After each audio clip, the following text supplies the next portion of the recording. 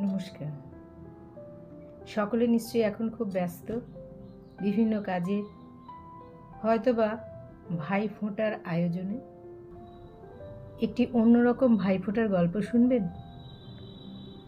তাহলে শুনে নিন রবীন্দ্রনাথ ঠাকুর লেখা গল্পটির নাম ভাইফোঁটা। গল্পটি সম্পূর্ণ শোনার জন্য আমি অনুরোধ করছি আপনাদের। গল্পটি যদি ভালো লাগে আমার চ্যানেলটিকে সাবস্ক্রাইব করবেন, লাইক, শেয়ার, কমেন্ট করবেন এবং আমার পাশে থাকবেন। শ্রাবণ মাসটা আজ যেন এক রাত্রে একেবারে দেউলে হইয়া গেছে।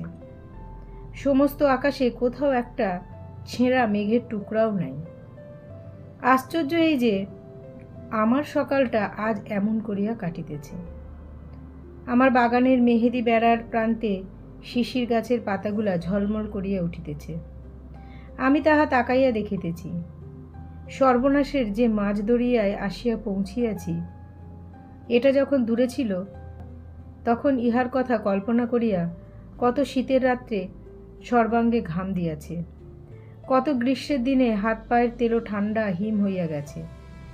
কিন্তু আজ সমস্ত ভয় ভাবনা হইতে এমনি ছুটি পাইয়াছি যে ওই যে আতা গাছের ডালে একটা গিরগিটি স্থির হইয়া শিকার লক্ষ্য করিতেছে, সেটার দিকেও আমার চোখ রহিয়াছে। সর্বস্ব খোয়াইয়া পথে দাঁড়াইব, এটা তত কঠিন না। কিন্তু আমাদের বংশে যে সততার খ্যাতি আজ 3 পুরুষ চলিয়া আসিয়াছে, সেটা আমারই জীবনের উপর আছাড় খাইয়া চুরমার হইতে চলিল। সে লজ্জাতেই আমার দিন রাত্রি স্বস্তি ছিল না। এমনকি আত্মহত্যার কথাও অনেকবার ভাবিয়াছি।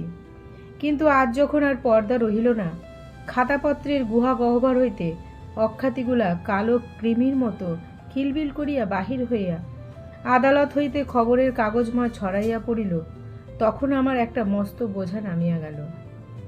পিতৃপুরুষের সুনামটা টানিয়া বেড়াইবার দায় হইতে রক্ষা পাইলাম। সবাই জানিল আমি জুয়াচোর। বাঁচা গেল। উকিলে উকিলে ছেঁড়াছেড়ি করিয়া সকল কথাই বাহির করিবে। কেবল সকলের চেয়ে বড় কলঙ্কের কথাটা আদালতে প্রকাশ হইবার সম্ভাবনা নাই। কারণ স্বয়ং ধর্ম ছাড়া আর কোনো ফরিয়াদি অবশিষ্ট নাই। এই জন্য সেইটে প্রকাশ করিয়া দিব বলিয়াই আজ কলম ধরিলাম।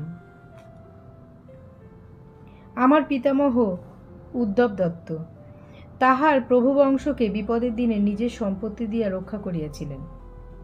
সেই হইতে আমাদের দারিদ্র্যই অন্য লোকের ধনের চেয়ে মাথা উঁচু করিয়াছে। আমার পিতা সনাতন দত্ত ডিরোজিওর ছাত্র। মদের সম্বন্ধে তার যেমন অদ্ভুত নেশা ছিল, সত্যের সম্বন্ধে ছিল ততোধিক। মা আমাদের একদিন নাপিত ভাইয়ের গল্প বলিয়াছেন শুনিয়া পরদিন হইতে সন্ধ্যার পর আমাদের বাড়ির ভিতরে যাওয়ার তিনি একেবারে বন্ধ করিয়া দিলেন। বাহিরে পরিবার ঘরে শুইতাম। সেখানে দেওয়াল জুড়িয়া ম্যাপগুলা সত্য কথা বলিত, তেপান্তরের মাঠের খবর দিত না, এবং 7 সমুদ্রে 13 নদীর গল্পটাকে ফাঁসি কাঠে ঝুলাইয়া রাখিত। সততা সম্বন্ধেও তার সূচিবায়ু প্রবল ছিল। আমাদের জবাবদিহির অন্ত ছিল না। একদিন একজন হকার দাদাকে কিছু জিনিস বেচিয়াছিল। তাহারই কোনো একটা মোড়কের একখানা দড়ি লইয়া খেলা করিতেছিলাম। বাবার হুকুমে সেই দড়ি হকারকে ফিরাইয়া দিবার জন্য রাস্তায় আমাকে ছুটিতে হইয়াছিল। আমরা সাধুতার জেলখানায় সততার লোহার বেরি পড়িয়া মানুষ। মানুষ বলিলে একটু বেশি বলা হয়। আমরা ছাড়া সকলেই মানুষ, কেবল আমরা মানুষের দৃষ্টান্ত স্থল। আমাদের খেলা ছিল কঠিন, ঠাট্টা বন্ধ, গল্প নিরস, বাক্য স্বল্প, হাসি সংযত, ব্যবহার নিখুঁত। ইহাতে বাল্যলীলায় মস্ত যে একটা ফাঁক পড়িয়াছিল, লোকের প্রশংসায় সেটা ভর্তি হইত। আমাদের মাস্টার হইতে মুদি পর্যন্ত সকলেই স্বীকার করিত, দত্তবাড়ির ছেলেরা সত্য যুগ হইতে হঠাৎ পথ ভুলিয়া আসিয়াছে। পাথর দিয়া নিরেট করিয়া বাঁধানো রাস্তাতেও একটু ফাঁক পাইলেই প্রকৃতি তার মধ্যে হইতে আপনার প্রাণশক্তির সবুজ জয় পতাকা তুলিয়া বসে। আমার নবীন জীবনে সকল তিথি একাদশী হইয়া উঠিয়াছিল, কিন্তু উহারই মধ্যে উপবাসের একটা কোনো ফাঁকে আমি একটুখানি সুধার স্বাদ পাইয়াছিলাম। যে কয়জনের ঘরে আমাদের যাওয়া আসার বাধা ছিল না, তার মধ্যে একজন ছিলেন অখিলবাবু। তিনি ব্রাহ্ম সমাজের লোক, বাবা তাহাকে বিশ্বাস করিতেন। তার মেয়ে ছিল অনুসূয়া, আমার চেয়ে 6 বছরের ছোট। আমি তার শাসনকর্তার পদ লইয়াছিলাম। তার শিশুমুখের সেই ঘন কালো চোখের পল্লব আমার মনে পড়ে। সেই পল্লবের ছায়াতে এই পৃথিবীর আলোর সমস্ত প্রখরতা তার চোখে যেন কোমল হইয়া আসিয়াছিল। কি স্নিগ্ধ করিয়াই সে মুখের দিকে চাহিত। পিঠের উপর দুলিতেছে তাহার সেই বেনিটি, সেও আমার মনে পড়ে। আর মনে পড়ে সেই দুখানি হাত। কেন জানি না, তার মধ্যে বড় একটা করুণা ছিল। সে যেন পথে চলিতে আর কারো হাত ধরিতে চায়। তাহার সেই কচি আঙুলগুলি যেন সম্পূর্ণ বিশ্বাস করিয়া কারো মুঠার মধ্যে দিয়া ধরা দিবার জন্য পথ চাহিয়া আছে। ঠিক সেই দিন এমন করিয়া তাকে দেখিতে পাইয়াছিলাম। এ কথা বলিলে বেশি বলা হইবে, কিন্তু আমরা সম্পূর্ণ বুঝিবার আগেও অনেকটা বুঝি। অগোচরে মনের মধ্যে অনেক ছবি আঁকা হইয়া যায়। হঠাৎ একদিন কোনো একদিক হইতে আলো পড়িলে সেগুলি চোখে পড়ে। অনুর মনের দরজায় কড়া পাহারা ছিল না। সে যা তাই বিশ্বাস করিত। একে তো সে তার বুড়ি দাসীর কাছ হইতে বিশ্বতত্ত্ব সম্বন্ধে যে সমস্ত শিক্ষা লাভ করিয়াছিল, তা আমার সেই ম্যাপ টানানো পরিবার ঘরের জ্ঞান ভাণ্ডারের আবর্জনার মধ্যেও ঠাঁই পাওয়ার যোগ্য নয়। তারপরে সে আবার নিজের কল্পনার যুগেও কত কি যে সৃষ্টি করিত তার ঠিকানা নেই। এইখানে কেবলই তাকে আমার শাসন করিতে হইত। কেবলই বলিতে হইত, অনু, এ সমস্ত মিথ্যা কথা, তা জানো না? ইহাতে পাপ হয়। শুনিয়া অনুর 2 চোখে কালো পল্লবের ছায়ার উপর আবার একটা ভয়ের ছায়া পড়িত। অনু যখন তার ছোট বোনের কান্না থামাইবার জন্য কত কি বাজে কথা বলিত, তাকে ভুলাইয়া দুধ খাওয়াইবার সময় যেখানে পাখি নাই সেইখানেও পাখি আছে বলিয়া উচ্চস্বরে উড়ো খবর দিবার চেষ্টা করিত, আমি তাকে ভয়ঙ্কর গম্ভীর হইয়া সাবধান করিয়া দিয়াছি, বলিয়াছি, উহাকে যে মিথ্যা কথা বলিতেছ, পরমেশ্বর সমস্ত শুনিতেছেন। এখনই তার কাছে তোমার মাপ চাওয়া উচিত। এমনি করিয়া আমি তাকে যত শাসন করিয়াছি, সে আমার শাসন মানিয়াছে। সে নিজেকে যতই অপরাধী মনে করিত, আমি ততই খুশি হইতাম। কড়া শাসনে মানুষের ভালো করিবার সুযোগ পাইলে নিজে যে অনেক শাসনে ভালো হইয়াছি, সেটার একটা দাম ফিরিয়া পাওয়া যায়। অনুও আমাকে নিজের এবং পৃথিবীর অধিকাংশের তুলনায় অদ্ভুত ভালো বলিয়াই জানিত। ক্রমে বয়স বাড়িয়াছে, স্কুল হইতে কলেজে গিয়াছি। অখিলবাবুর স্ত্রীর মনে মনে ইচ্ছা ছিল আমার মতো ভালো ছেলের সঙ্গে অনুর বিবাহ দেন। আমারও মনে এটা ছিল। কোনো কন্যার পিতার চোখ এড়াইবার মতো ছেলে তো আমি নই। কিন্তু একদিন শুনিলাম BL পাশ করা একটি টাটকা মুন্সেফের সঙ্গে অনুর সম্বন্ধ পাকা হইয়াছে। আমরা গরিব, আমি তো জানিতাম সেইটাতেই আমাদের দাম বাড়িয়াছে, কিন্তু কন্যার পিতার হিসাবের প্রণালী স্বতন্ত্র। বিসর্জনের প্রতিমা ডুবিল, একেবারে জীবনের কোন আড়ালে সে পড়িয়া গেল। শিশুকাল হইতে যে আমার সকলের চেয়ে পরিচিত, সে একদিনের মধ্যেই এই হাজার লক্ষ অপরিচিত মানুষের সমুদ্রের মধ্যে তলাইয়া গেল। সেদিন মনে যে কি বাজিল তাহা মনই জানে। কিন্তু বিসর্জনের পরেও কি চিনিয়াছিলাম সে আমার দেবী প্রতিমা? তা নয়। অভিমান সেদিন ঘা খাইয়া আরও ঢেউ খেলাইয়া উঠিয়াছিল। অনুকে তো চিরকাল ছোট করিয়াই দেখিয়া আসিয়াছি। সেদিন আমার যোগ্যতার তুলনায় তাকে আরও ছোট করিয়া দেখিলাম। আমার শ্রেষ্ঠতার যে পূজা হইল না, সেইটাই সংসারে সকলের চেয়ে বড় অকল্যাণ এই বলিয়া জানিয়াছি। যাক, এটা বোঝা গেল সংসারে শুধু সৎ হইয়া কোনো লাভ নাই। পণ করিলাম, এমন টাকা করিব যে একদিন অখিলবাবুকে বলিতে হইবে, বড় ঠকান ঠকিয়াছি। খুব কষিয়া কাজের লোক হইবার জোগাড় করিলাম। কাজের লোক হইবার সবচেয়ে বড় সরঞ্জাম নিজের পরে অগাধ বিশ্বাস। সে পক্ষে আমার কোনো দিন কোনো কমতি ছিল না। এই জিনিসটা ছোঁয়াছে, যে নিজেকে বিশ্বাস করে অধিকাংশ লোকেই তাকে বিশ্বাস করে। কেজো বুদ্ধিটা যে আমার স্বাভাবিক এবং অসাধারণ সেটা সকলেই মানিয়া লইতে লাগিল।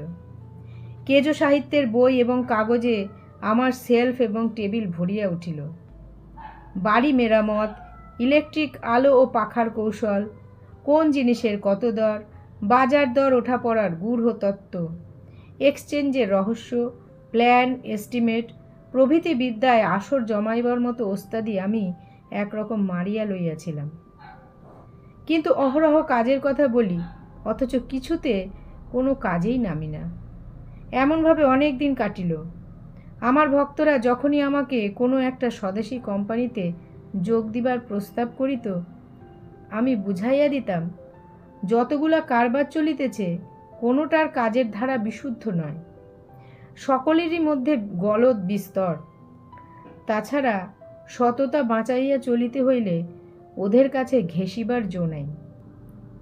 সততার লাগামে একটু আদ্রু ঢিল না দিলে ব্যবসা চলে না। এমন কথা আমার কোনো বন্ধু বলাতে তার সঙ্গে আমার ছাড়াছাড়ি হইয়া গেল। মৃত্যুকাল পর্যন্ত সর্বাঙ্গ সুন্দর প্ল্যান, এস্টিমেট এবং প্রসপেক্ট লিখিয়া আমার যশ অক্ষুণ্ণ রাখিতে পারিতাম। কিন্তু বিধির বিপাকে প্ল্যান করা ছাড়িয়া কাজ করায় লাগিলাম। এক তো পিতার মৃত্যু হওয়াতে আমার ঘাড়েই সংসারের দায় চাপিল, তারপর আর এক উপসর্গ আসিয়া জুটিল। সেই কথাটাও বলিতেছি। প্রসন্ন বলিয়া একটি ছেলে আমার সঙ্গে পড়িত। সে যেমন মুখর তেমনি নিন্দুক। আমাদের পৈতৃক সততার খ্যাতিটাকে লইয়া খোঁচা দিবার সে ভারী সুযোগ পাইয়াছিল। বাবা আমার নাম দিয়াছিলেন সত্য সাধন। প্রসন্ন আমাদের দারিদ্র্য লক্ষ্য করিয়া বলিত, বাবা দিবার বেলা দিলেন মিথ্যা ধন, আর নামের বেলায় দিলেন সত্য ধন। তার চেয়ে ধনটাকে সত্য দিয়া নামটাকে মিথ্যা দিলে লোকসান হইত না। প্রসন্নর মুখটাকে বড় ভয় করিতাম। অনেকদিন তার দেখাই ছিল না। ইতিমধ্যে সে বার্মায় শ্রীরঙ্গপত্তনে নানা রকম কাজ করিয়া আসিয়াছে। সে হঠাৎ কলকাতায় আসিয়া আমাকে পাইয়া বসিল। যার ঠাট্টাকে চিরদিন ভয় করিয়া আসিয়াছি, তার শ্রদ্ধা পাওয়া কি কম আরাম? প্রসন্ন কহিল, ভাই, আমার এই কথাই রইল, দেখে নিও, একদিন তুমি যদি দ্বিতীয় মতিশীল বা দুর্গাচরণ লা হও, তবে আমি বউবাজারের মোড় হইতে বাগবাজারের মোড় পর্যন্ত বরাবর সমানে নাক্ষর দিতে রাজি আছি। প্রসন্নর মুখে এত বড় কথাটা যে কতই বড় তাহা প্রসন্নর সঙ্গে যারা এক ক্লাসে না পড়িয়াছে তাহারা বুঝিতে পারিবে না। তার উপরে প্রসন্ন পৃথিবীটাকে খুব করিয়া চিনিয়া আসিয়াছে, উহার কথার দাম আছে। সে বলিল, কাজ বোঝে এমন লোক আমি ঢের দেখিয়াছি দাদা, কিন্তু তারাই সবচেয়ে পরে বিপদে। তারা বুদ্ধির জোরেই কিস্তি মাত করিতে চায়, ভুলিয়া যায় যে মাথার উপর ধর্ম আছেন। কিন্তু তোমাতে যে মণিকাঞ্চন যোগ দাদা, ধর্মকেও শক্ত করিয়া ধরিয়াছ, আবার কর্মের বুদ্ধিতেও তুমি পাকা। তখন ব্যবসা খেপাকালটাও পড়িয়াছিল। সকলেই স্থির করিয়াছিল বাণিজ্য ছাড়া দেশের মুক্তি নাই, এবং ইহাও নিশ্চিত বুঝিয়াছিল যে কেবলমাত্র মূলধনটার জোগাড় হইলেই উকিল, মোক্তার, ডাক্তার, শিক্ষক, ছাত্র এবং ছাত্রদের বাপদাদা সকলেই একদিনেই সকল প্রকার ব্যবসা পুরোদমে চালাইতে পারে। আমি প্রসন্নকে বলিলাম, আমার সম্বল নাই যে। সে বলিল, বিলক্ষণ, তোমার পৈতৃক সম্পত্তির অভাব কি? তখন হঠাৎ মনে হইল, প্রসন্ন তবে বুঝি এতদিন ধরিয়া আমার সঙ্গে একটা লম্বা ঠাট্টা করিয়া আসিতেছে। প্রসন্ন কহিল, ঠাট্টা নয় দাদা, সততাই তো লক্ষ্মীর সোনার পদ্ম। লোকের বিশ্বাসের উপরই কারবার চলে, টাকায় নয়। পিতার আমল হইতে আমাদের বাড়িতে পাড়ার কোনো কোনো বিধবা মেয়ে টাকা গচ্ছিত রাখিত।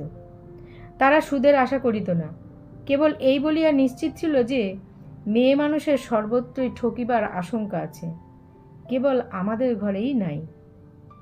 সেই গচ্ছিত টাকা লইয়া স্বদেশী এজেন্সি খুলিলাম। কাপড়, কাগজ, কালি, বোতাম, সাবান যতই আনাই বিক্রি হইয়া যায়। একেবারে পঙ্গপালের মতো খরিদ্দার আসিতে লাগিল। একটা কথা আছে, বিদ্যা যতই বাড়ে ততই জানা যায় যে কিছুই জানি না। টাকারও সেই দশা, টাকা যতই বাড়ে ততই মনে হয় টাকা নাই বলিলেই হয়। আমার মনে সেই রকম অবস্থায় প্রসন্ন বলিল, ঠিক যে বলিল তাহা নয়, আমাকে দিয়া বলাইয়া লইল যে খুচরা দোকানদারির কাজে জীবন দেওয়াটা জীবনের বাজে খরচ। পৃথিবী জুড়িয়া যেসব ব্যবসা সেই তো ব্যবসা। দেশের ভিতরেই যে টাকা খাটে সে টাকা ঘানির বলদের মতো অগ্রসর হয় না, কেবল ঘুরিয়া মরে।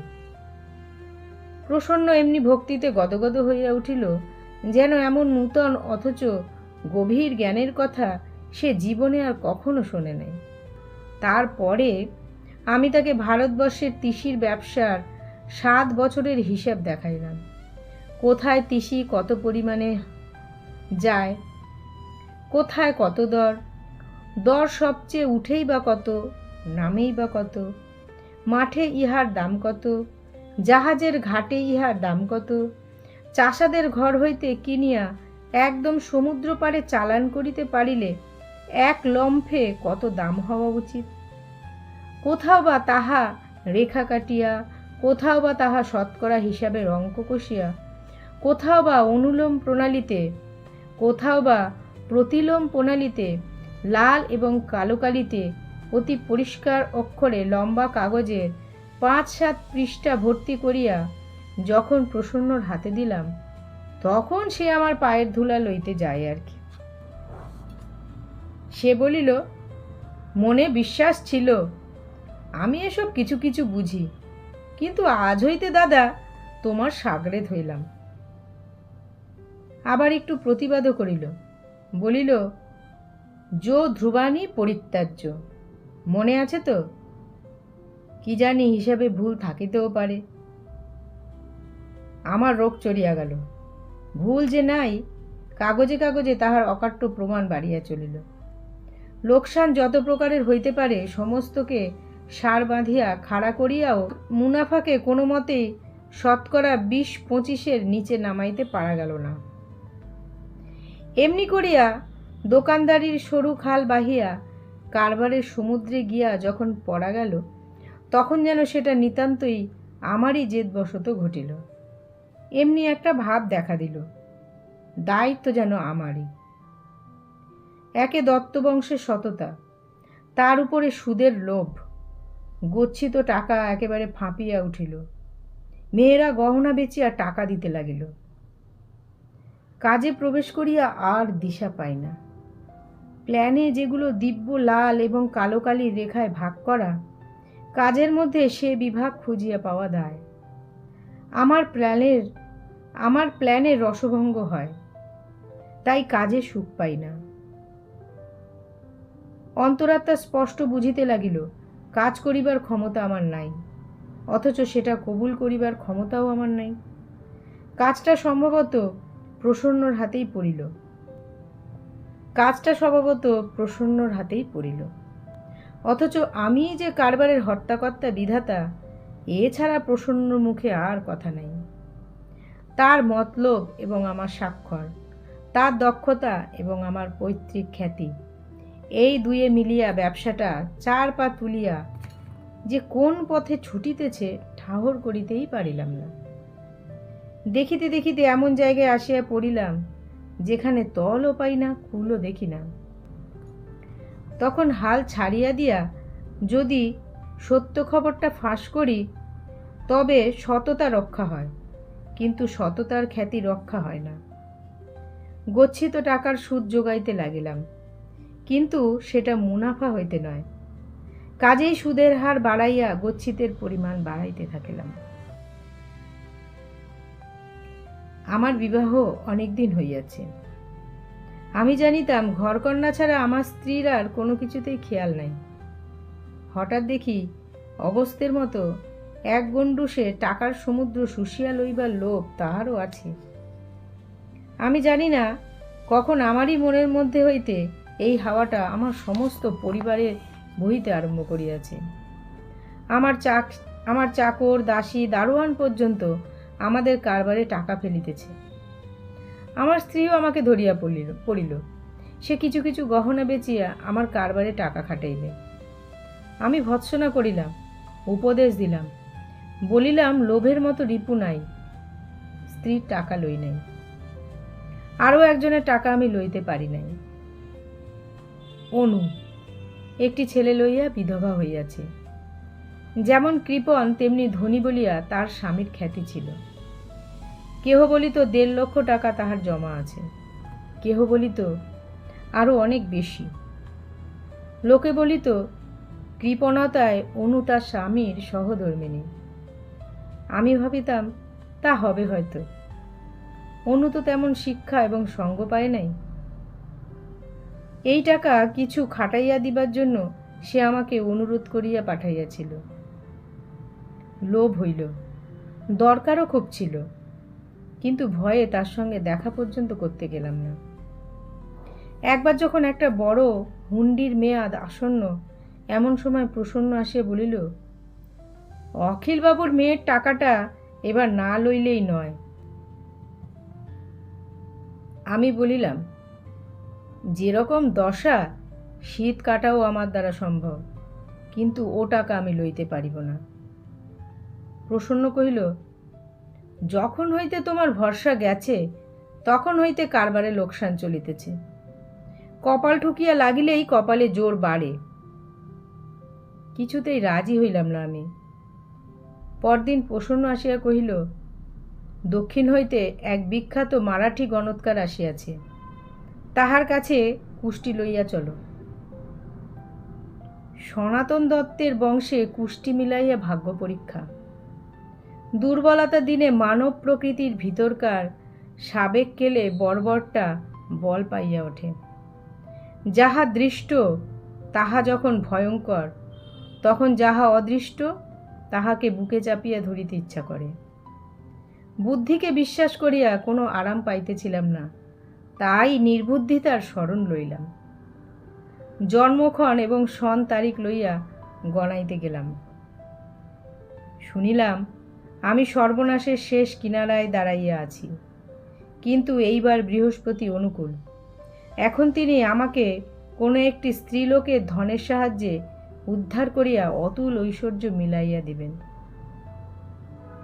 ইহার মধ্যে যে প্রসন্নর হাত আছে এমন সন্দেহ করিতে পারিতাম, কিন্তু সন্দেহ করিতে কোনো মতে ইচ্ছা হইল না। বাড়ি ফিরিয়া আসিলে প্রসন্ন আমার হাতে একখানা বই দিয়া বলিল, এই বই খোলো দেখি। খুলিতেই যে পাতা বাহির হইল, সেটাতে ইংরেজিতে লেখা, বাণিজ্যে আশ্চর্য সাফল্য। সেই দিনই অনুকে দেখিতে গেলাম। স্বামীর সঙ্গে মফস্বলে ফিরিবার সময় বারবার ম্যালেরিয়া জ্বরে পড়িয়া অনুর এখন এমন দশা যে ডাক্তাররা ভয় করিতেছে তাহাকে ক্ষয় রোগে ধরিয়াছে। কোনো ভালো জায়গায় যাইতে বলিলে সে বলে, আমি তো আজ বাদে কাল মরিবই, কিন্তু আমার সুবোধের টাকা আমি নষ্ট করিব কেন? এমনি করিয়া সে সুবোধকে ও সুবোধের টাকাটিকে নিজের প্রাণ দিয়া পালন করিতেছে। আমি গিয়া দেখিলাম অনুর রোগটি তাকে এই পৃথিবী হইতে তফাত করিয়া দিয়াছে। আমি যেন তাকে অনেক দূর হইতে দেখিতেছি। তাহার দেহখানি একেবারে স্বচ্ছ হইয়া ভিতর হইতে একটি আভা বাহির হইতেছে। যা কিছু স্থূল সমস্ত ক্ষয় করিয়া তাহার প্রাণটি মৃত্যুর বাহির দরজায় স্বর্গের আলোতে আসিয়া দাঁড়াইয়াছে। আর সেই তার করুণ দুটি চোখের ঘন পল্লব, চোখের নিচে কালি পড়িয়া মনে হইতেছে যেন তার দৃষ্টির উপরে জীবনান্তকালের সন্ধ্যা ছায়া নামিয়া আসিয়াছে। আমার সমস্ত মন স্তব্ধ হইয়া গেল। আজ তাহাকে দেবী বলিয়া মনে হইল। আমাকে দেখিয়া অনুর মুখের উপর একটি শান্ত প্রসন্নতা ছড়াইয়া পড়িল। সে বলিল, কাল রাত্রে আমার অসুখ যখন বাড়িয়াছিল তখন হইতে তোমার কথাই ভাবিতেছি। আমি জানি আমার আর বেশি দিন নাই। পরশু ভাই ফোঁটার দিন, সেদিন আমি তোমাকে শেষ ভাই ফোঁটা দিয়া যাই। টাকার কথা কিছুই বলিলাম না। সুবোধকে ডাকাইয়া আনিলাম। তার বয়স 7, চোখ দুটি মায়েরই মতো, সমস্তটা জড়াইয়া তার কেমন একটি ক্ষণিকতার ভাব। পৃথিবী যেন তাকে পুরা পরিমাণে স্তন্য দিতে ভুলিয়া গেছে। কোলে টানিয়া তার কপালে চুম্বন করিলাম। সে চুপ করিয়া আমার মুখের দিকে চাহিয়া রইল। প্রসন্ন জিজ্ঞেস করিল, আজ কি হইল? আমি বলিলাম, আজ আর সময় হইল না। সে কহিল, মেয়াদের আর কিন্তু বেশি দেরি নাই, মাত্র 9 দিন। অনু সেই মুখখানি, সেই মৃত্যু সরোবরের পদ্মটি দেখিয়া অবধি সর্বনাশকে আমার তেমন ভয়ঙ্কর বলিয়া মনে হইতেছিল না। কিছুকাল হইতে হিসাবপত্র দেখা ছাড়িয়া দিয়েছিলাম। কুল দেখা যাইত না বলিয়া ভয়ে চোখ বুজিয়া থাকিতাম। মরিয়া হইয়া সই করিয়া যাইতাম, বুঝিবারও চেষ্টা করিতাম না। ভাই ফোঁটার সকালবেলায় একখানা হিসাবের চুম্বক ফর্দ লইয়া জোর করিয়া প্রসন্ন আমাকে কারবারের বর্তমান অবস্থাটা বুঝাইয়া দিল। দেখিলাম মূলধনের সমস্ত তলাটা একেবারে ক্ষইয়া গিয়াছে। এখন কেবলই ধারের টাকায় জল সেচিয়া না চলিলে নৌকা ডুবি হইবে। কৌশলে টাকার কথাটা পারিবার উপায় ভাবিতে ভাবিতে ভাই ফোঁটার নিমন্ত্রণে চলিলাম। দিনটা ছিল বৃহস্পতিবার। এখন হতবুদ্ধির তারায় বৃহস্পতিবারকেও ভয় করি না। যে মানুষ হতভাগা, নিজের বুদ্ধি ছাড়া আর কিছুকেই না মানিতে তার ভরসা হয় না, যাবার বেলায় মনটা বড় খারাপ হইল। অনুর জ্বর বাড়িয়াছে। দেখিলাম সে বিছানায় শুইয়া। নিচে মেঝের উপর চুপ করিয়া বসিয়া সুবোধ ইংরাজি ছবির কাগজ হইতে ছবি কাটিয়া আঠা দিয়া একটা খাতায় আটিতেছে। বারবেলা বাঁচাইবার জন্য সময়ের অনেক আগে আসিয়াছিলাম। কথা ছিল আমার স্ত্রীকেও সঙ্গে আনিব, কিন্তু অনু সম্বন্ধে আমার স্ত্রীর মনের কোণে বোধ করি একটু ঈর্ষা ছিল। তাই সে আসিবার সময় ছুতা করিল। আমিও পীড়াপিড়ি করিলাম না। অনু জিজ্ঞাসা করিল, বৌদিদি এলেন না? আমি বলিলাম, না, তার শরীর ভালো নাই। অনু একটি নিঃশ্বাস ফেলিয়া বলিল, আর কিছু বলিল না। আমার মধ্যে একদিন যেটুকু মাধুর্য দেখা দিয়াছিল সেইটিকে আপনার সোনার আলোয় গলাইয়া শরতের আকাশ সেই রোগীর বিছানার উপর বিছাইয়া দিয়েছিল। কত কথা আজ উঠিয়া পড়িল। সেই সব অনেক দিনের অতি ছোট কথা আমার আসন্ন সর্বনাশকে ছাড়াইয়া আজ কত বড় হইয়া উঠিল। কারবারের হিসাব ভুলিয়া গেলাম। ভাই ফোঁটার খাওয়া খাইলাম। আমার কপালে সেই মরণের যাত্রী দীর্ঘায়ু কামনায় ফোঁটা পড়াইয়া আমার পায়ের ধুলা লইল। আমি গোপনে চোখ মুছিলাম।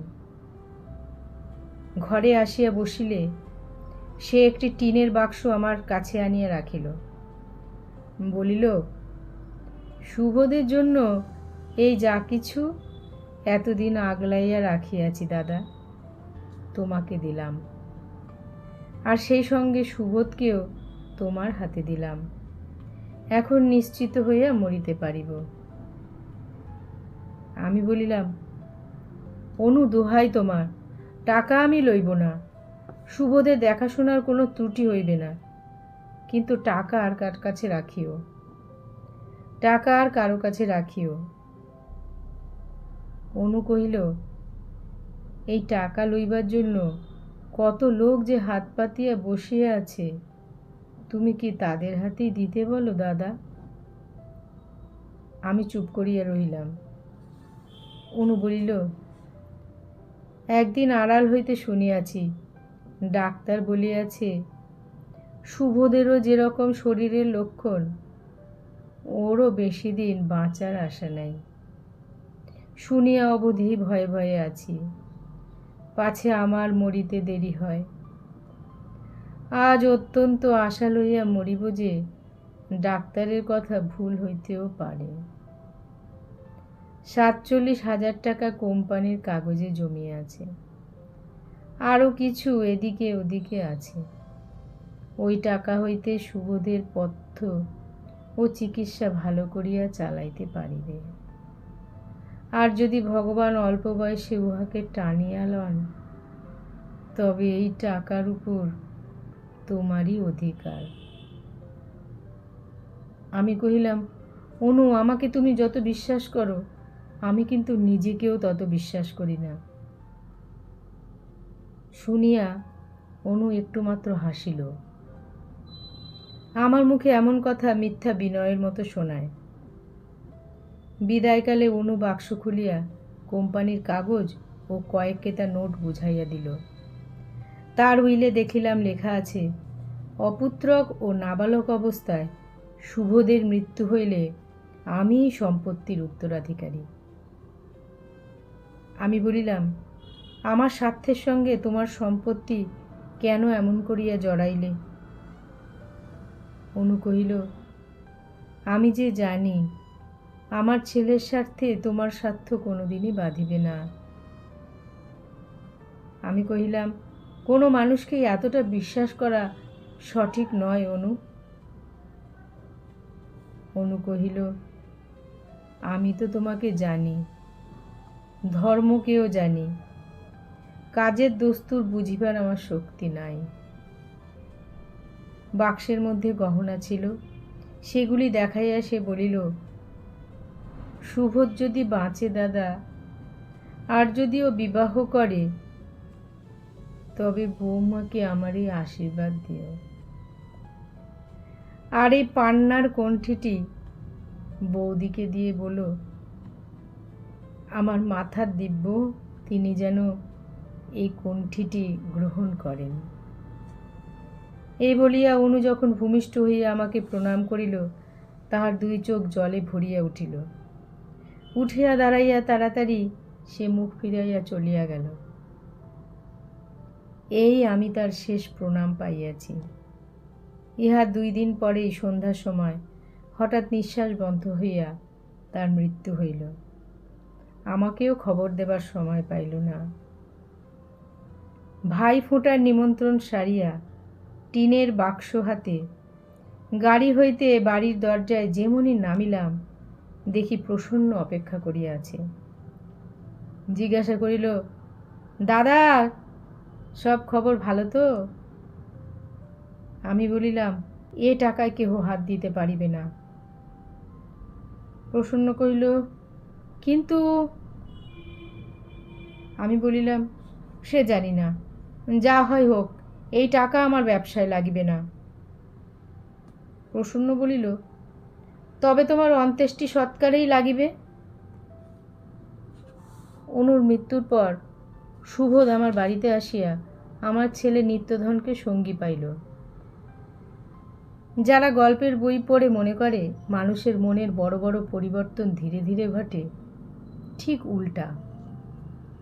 টিকার আগুন ধরিতে সময় লাগে, কিন্তু বড় বড় আগুন হু হু করিয়া ধরে। আমি একথা যদি বলি, অতি অল্প সময়ের মধ্যে শুভদের উপর আমার মনের একটা বিদ্বেষ দেখিতে দেখিতে বাড়িয়া উঠিল। তবে সবাই তার বিস্তারিত কৈফিয়ত চাইবে। শুভদ অনাথ, সে বড় ক্ষীণ প্রাণ, সে দেখিতেও সুন্দর। সকলের উপরে শুভদের মা স্বয়ং অনু। কিন্তু তার কথাবার্তা, চলাফেরা, খেলাধুলা সমস্তই যেন আমাকে দিনরাত খোঁচা দিতে লাগিল। আসলে সময়টা বড় খারাপ পড়িয়াছিল।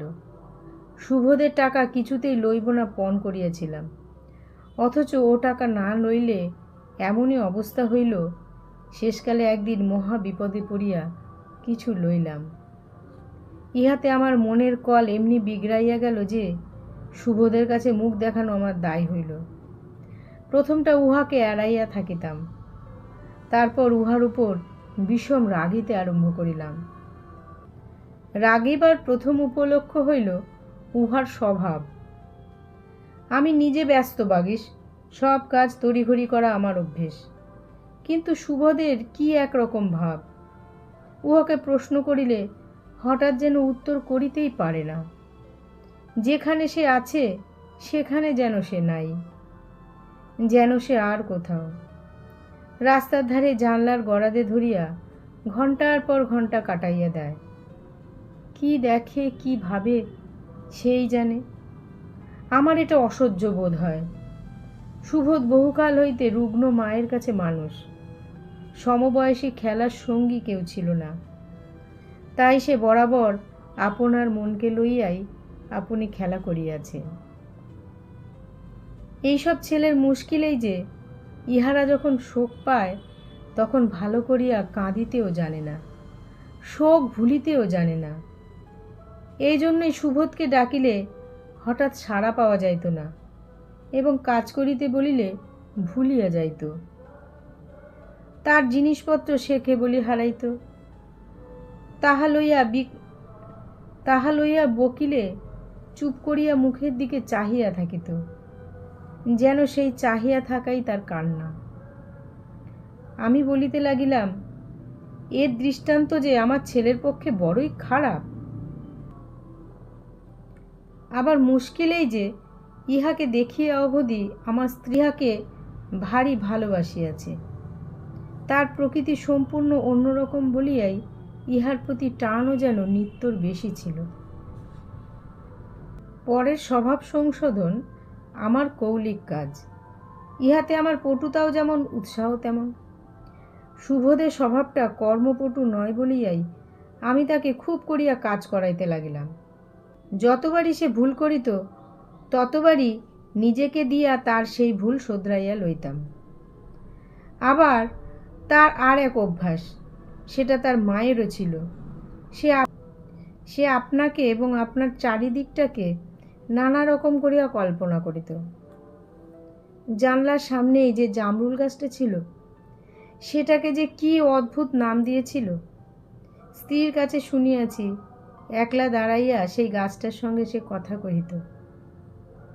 বিছানাটাকে মাঠ আর বালিশগুলাকে গরুর পাল মনে করিয়া শোবার ঘরে বসিয়া রাখালি করাটা যে কত মিথ্যা, ইহা তার নিজের মুখে কবুল করাইবার অনেক চেষ্টা করিয়াছি। সে জবাব করে নাই। আমি যতই তাকে শাসন করি, আমার কাছে তার ত্রুটি ততই বাড়িয়া চলে। আমাকে দেখিলেই থতমত খাইয়া যায় সুবোধ। আমার মুখের সাদা কথাটাও সে বুঝিতে পারে না। আর কিছু নয়, হৃদয় যদি রাগ করিতে শুরু করে এবং নিজেকে সামলাইবার মতো বাহির হইতে কোনো ধাক্কা যদি সে না পায়, তবে রাগটা আপনাকে আপনিই বাড়িয়া চলে, নতুন কারণের অপেক্ষা রাখে না। এমনি করিয়া 5 বছর কাটিল। সুবোধের বয়স যখন 12, তখন তার কোম্পানির কাগজ এবং গয়নাপত্রগুলি গলিয়া গিয়া আমার হিসাবের খাতায় গোটা কত কালির অঙ্কে পরিণত হইল। মনকে বুঝাইলাম, অনু তো উইলে আমাকেই দিয়াছে।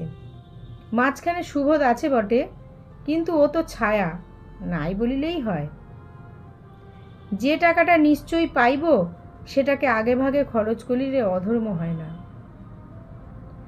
অল্প বয়স হইতে আমার বাতের ব্যামো ছিল, কিছুদিন হইতে সেইটা অত্যন্ত বাড়িয়া উঠিয়াছে। যারা কাজের লোক তাদের স্থির করিয়া রাখিলে তারা চারিদিকের সমস্ত লোককে অস্থির করিয়া তোলে। সে কয়দিন আমার স্ত্রী, আমার ছেলে, সুবোধ, বাড়ির চাকর বাকর কারোরই শান্তি ছিল না। এদিকে আমার পরিচিত যেই কয়জন বিধবা আমার কাছে টাকা রাখিয়াছিল, কয়েক মাস তাদের সুদ বন্ধ করিয়া দিয়াছি। পূর্বে এমন কখনো ঘটিতে দিই নাই। এই জন্য তারা উদ্বিগ্ন হইয়া আমাকে তাগাদা করিতে আসিয়াছে। আমি প্রসন্নকে তাগিদ করি, সে কেবলই দিন ফিরায়। অবশেষে যেদিন নিশ্চিত দিবার কথা, সেই দিন সকাল হইতে পাওনাদাররা বসিয়া আছে, প্রসন্ন দেখা নাই। নিত্যকে বলিলাম, সুবোধকে ডাকিয়া দাও। সে বলিল, সুবোধ শুইয়া আছে। আমি মহা রাগিয়া উঠিলাম। শুইয়া আছে? এখন বেলা 11টা, এখন সে শুইয়া আছে? সুবোধ ভয়ে ভয়ে আসিয়া উপস্থিত হইল। আমি বলিলাম, প্রসন্নকে যেখানে পাও ডাকিয়া আনো। সর্বদা আমার ফাই ফরমাস খাটিয়া সুবোধ এই সকল কাজে পাকা হইয়াছিল। কাকে কোথায় সন্ধান করিতে হইবে সমস্তই তার জানা। বেলা 1টা হইল, 2টা হইল, 3টা হইল, সুবোধ আর ফেরে না। এদিকে যারা ধর্না দিয়া বসিয়া আছে তাদের ভাষার তাপ এবং বেগ বাড়িয়া উঠিতে লাগিল। কোনো মতেই সুবোধটার গড়িমসি চাল ঘুচাইতে পারিলাম না। যত দিন যাইতেছে ততই তার ঢিলেমি আরও যেন বাড়িয়া উঠিতেছে। আজকাল সে বসিতে পারিলে উঠিতে চায় না, নড়িতে নড়িতে তার 7 দিন লাগে। একদিন দেখি বিকেলে 5টার সময়ও বিছানায় গড়াইতেছে। সকালে তাকে বিছানা হইতে জোর করিয়া উঠাইয়া দিতে হয়। চলিবার সময় যেন পায়ে পায়ে জড়াইয়া যায়। আমি সুবোধকে বলিতাম, জন্ম কুড়েমির মহামহোপাধ্যায়। সে লজ্জিত হইয়া চুপ করিয়া থাকিত। একদিন তাকে বলিয়াছিলাম, বল দেখি প্রশান্ত মহাসাগরের পরে কোন মহাসাগর? যখন সে জবাব দিতে পারিল না, আমি বলিলাম, সে হচ্ছে তুমি, আলস্য মহাসাগর। পারতপক্ষে সুবোধ কোনোদিনও আমার কাছে কাঁদেনি, কিন্তু সেই দিন তার চোখ দিয়া ঝরঝর করিয়া জল পড়িতে লাগিল। সে মার গালি সব সহিতে পারিত, কিন্তু বিদ্রূপ তার মর্মে গিয়া বাজিত। বেলা গেল, রাত হইল, ঘরে কেহ বাতি দিল না। আমি ডাকাডাকি করিলাম, কেহ সাড়া দিল না। বাড়ি শুদ্ধ সকলের উপর আমার রাগ হইল। তারপর হঠাৎ আমার সন্দেহ হইল, হয়তো প্রসন্ন সুদের টাকা সুবোধের হাতে দিয়েছে, সুবোধ তাই লইয়া পালাইয়াছে। আমার ঘরে সুবোধের যে আরাম ছিল না সে আমি জানিতাম। ছেলেবেলা হইতে আরাম জিনিসটাকে অন্যায় বলিয়াই জানি, বিশেষত ছোট ছেলের পক্ষে। তাই এ সম্বন্ধে আমার মনে কোনো পরিতাপ ছিল না। সুবোধ যে টাকা লইয়া পালাইয়া যাইতে পারে, ইহা চিন্তা করিয়া আমি তাকে কপট অকৃতজ্ঞ বলিয়া মনে মনে গালি দিতে লাগিলাম। এই বয়সে চুরি আরম্ভ করিলি, ইহার গতি কি হইবে জানিস? আমার কাছে থাকিয়া আমাদের বাড়িতে বাস করিয়াও ইহার এমন শিক্ষা হইল কি করিয়া? সুবোধ যে টাকা চুরি করিয়া পালাইয়াছে এ সম্বন্ধে আমার মনে আর কোনো সন্দেহ রইল না। ইচ্ছা হইল পশ্চাতে ছুটিয়া তাকে যেখানে পাই ধরিয়া আনি এবং আপাদ মস্তক একেবারে কষিয়া প্রহার করি। এমন সময় আমার অন্ধকার ঘরে সুবোধ আসিয়া প্রবেশ করিল। তখন আমার এমন রাগ হইয়াছে যে চেষ্টা করিয়াও আমার কণ্ঠ দিয়া কথা বাহির হইল না। সুবোধ বলিল, টাকা পাই নাই। আমি তো সুবোধকে টাকা আনতে বলি নাই। তবে সে কেন বলিল টাকা পাই নাই? নিশ্চয়ই টাকা পাইয়া চুরি করিয়াছে, কোথাও লুকাইয়া রাখিয়াছে। এই সমস্ত ভালো মানুষ ছেলেরাই মিটমিটে শয়তান হয়। আমি বহু কষ্টে কণ্ঠ পরিষ্কার করিয়া বলিলাম, টাকা বাহির করিয়া দে। সেও উদ্ধত হইয়া বলিল, না, দিব না, তুমি কি করিতে পারো? আমি আর কিছুতেই আপনাকে সামলাইতে পারিলাম না। হাতের কাছে লাঠি ছিল, সজোরে তার মাথা লক্ষ্য করিয়া মারিলাম। সে আছাড় খাইয়া পড়িয়া গেল। তখন আমার ভয় হলো, নাম ধরিয়া ডাকিলাম, সে সাড়া দিল না। কাছে গিয়া যে দেখিব সে শক্তি আমার রহিল না। কোনো মতেই উঠিতে পারিলাম না। হাতড়াইতে গিয়া দেখি জাজিম ভিজিয়া গেছে। এই যে রক্ত, ক্রমে রক্ত ব্যাপ্ত হইতে লাগিল। ক্রমে আমি যেখানে ছিলাম তাহার চারিদিকে রক্তে ভিজিয়া উঠিতে লাগিল। আমার খোলা জানলার বাহির হইতে সন্ধ্যা তারা দেখা যাইতেছিল। আমি তাড়াতাড়ি চোখ ফিরাইয়া লইলাম। আমার হঠাৎ কেমন মনে হইল সন্ধ্যা তারাটি ভাইফোঁটার সেই চন্দনের ফোঁটা। সুবোধের উপর আমার এতদিনকার যে অন্যায় বিদ্বেষ ছিল সে কোথায় এক মুহূর্তে ছিন্ন হইয়া গেল। সে যে অনুর হৃদয়ের ধন, মায়ের কোল হইতে ভ্রষ্ট হইয়া সে যে আমার হৃদয়ে পথ খুঁজিতে আসিয়াছিল। আমি একই করিলাম। ভগবান আমাকে একই বুদ্ধি দিল। আমার টাকার কি দরকার ছিল? আমার সমস্ত কারবার ভাসাইয়া দিয়া সংসারে কেবল এই একটি রুগ্ন বালকের কাছে যদি ধর্ম রাখিতে পারিতাম। আমি পারিলাম না রক্ষা করিতে। ক্রমে ভয় পাইতে লাগিলাম, পাছে ধরা পড়ি।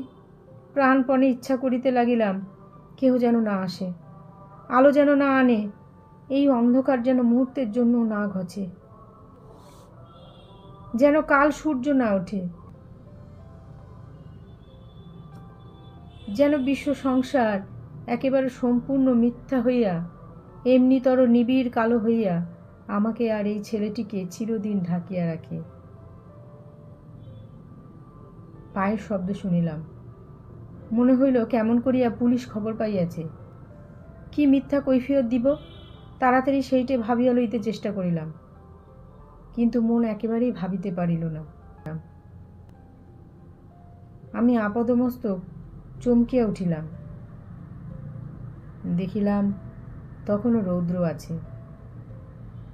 আমি ঘুমাইয়া পড়িয়াছিলাম। আমি স্বপ্ন দেখিতেছিলাম। সুবোধ ঘরে ঢুকিতেই আমার ঘুম ভাঙিয়াছে। সুবোধ হাটখোলা, বড়বাজার, বেলেঘাটা প্রভৃতি যেখানে যেখানে প্রসন্ন দেখা পাইবার সম্ভাবনা ছিল সমস্ত দিন ধরিয়া সব জায়গায় খুঁজিয়াছে। যে করিয়াই হোক তাহাকে সে আনিতে পারে নাই। এই অপরাধের ভয়ে তার মুখ ম্লান হইয়া গিয়াছিল। এতদিন পর দেখিলাম কি সুন্দর তার মুখখানি, কি করুণায় ভরা তার দুইটি চোখ। আমি বলিলাম, আয় বাবা সুবোধ, আয় আমার কোলে আয়। সে আমার কথা বুঝিতেই পারিল না, ভাবিল আমি বিদ্রূপ করিতেছি। ফ্যাল ফ্যাল করিয়া আমার মুখের দিকে তাকাইয়া রহিল এবং খানিকক্ষণ দাঁড়াইয়া মূর্ছিত হইয়া পড়িয়া গেল। মুহূর্তে আমার বাতের পঙ্গুতা কোথায় চলিয়া গেল। আমি ছুটিয়া গিয়া কোলে করিয়া তাহাকে বিছানায় আনিয়া ফেলিলাম। কুজায় জল ছিল, তার মুখে মাথায় ছিটাইয়া দিয়া কিছুতেই তার চৈতন্য হইল না। ডাক্তার আসিয়া তার অবস্থা দেখিয়া বিস্মিত হইলেন। বলিলেন, এ যে একেবারে ক্লান্তির চরম সীমায় আসিয়াছে, কি করিয়া এমন হওয়া সম্ভব? আমি বলিলাম, আজ কোনো কারণে সমস্ত দিন উহাকে পরিশ্রম করতে হইয়াছে। ডাক্তার বলিলেন, এ তো একদিনের কাজ নয়, বোধ হয় দীর্ঘকাল ধরিয়া ইহার ক্ষয় চলিতেছিল, কেহ লক্ষ্য করে নাই। উত্তেজক ঔষধ ও পথ্য দিয়া ডাক্তার তাহার চৈতন্য সাধন করিয়া চলিয়া গেলেন। বলিলেন, বহু যত্নে যদি দৈবাৎ বাঁচিয়া যায় তো বাঁচিবে, কিন্তু ইহার শরীরে প্রাণশক্তি নিঃশেষ হইয়া গেছে। বোধ করি শেষ কয়েকদিন এই ছেলে কেবলমাত্র মনের জোরে চলাফেরা করিয়াছে। আমি আমার রোগ ভুলিয়া গেলাম। সুবোধকে আমার বিছানায় শোয়াইয়া দিনরাত তার সেবা করিতে লাগিলাম। ডাক্তারে যে ফি দিব এমন টাকাও আমার ঘরে নাই। স্ত্রীর গহনার বাক্স খুলিলাম। সেই পান্নার কণ্ঠিটি তুলিয়া লইয়া স্ত্রীকে দিয়া বলিলাম, এইটে তুমি রাখো, বাকি সবগুলি লইয়া বন্ধক দিয়া টাকা লইয়া আসিলাম। কিন্তু টাকায় তো মানুষ বাঁচে না। ইহার প্রাণ যে আমি এত দিন ধরিয়া দলিয়া নিঃশেষ করিয়া দিয়াছি। যে স্নেহের অন্ন হইতে উহাকে দিনের পর দিন বঞ্চিত করিয়া রাখিয়াছি, আজ যখন তাহার হৃদয় ভরিয়া তাহাকে আনিয়া দিলাম, তখন সে আর তাহা গ্রহণ করিতে পারিল না। শূন্য হাতে তার মার কাছে সে ফিরিয়া গেল।